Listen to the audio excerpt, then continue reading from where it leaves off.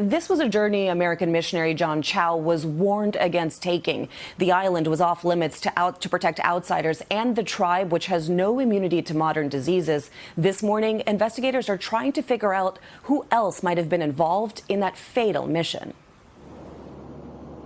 Today, this remote island in the Indian Ocean is the focus of an investigation. Where is American missionary John Chau's body?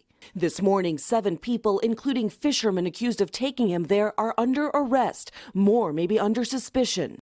Chau was no stranger to exotic adventures, trekking in South Africa, snowshoeing across the Pacific Northwest, diving in the Andaman Sea, curious about the tribes. But his trip to North Sentinel Island in the Andaman Sea was both perilous and illegal.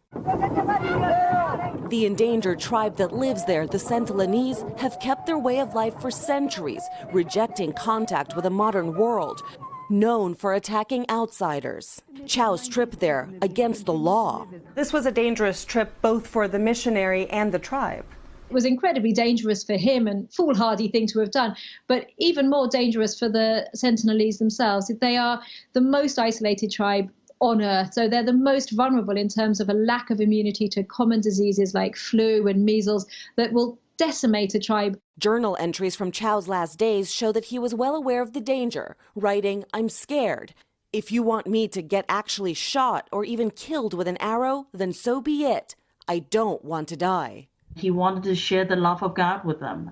That was his whole mission. In another entry, he describes being shot at with bow and arrow, which pierced his Bible, writing, "Why did a little kid have to shoot me today? His high-pitched voice still lingers in my head."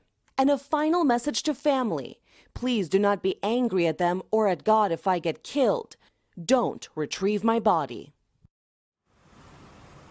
Police have sent a second boat near that remote island on Friday with 2 of the arrested men who are helping them piece together Chau's itinerary as well as his final moments. But Indian authorities won't be sending anyone on shore to question this endangered tribe. That's just too risky for everyone involved. Guys. Lucy Kafanov, thank you.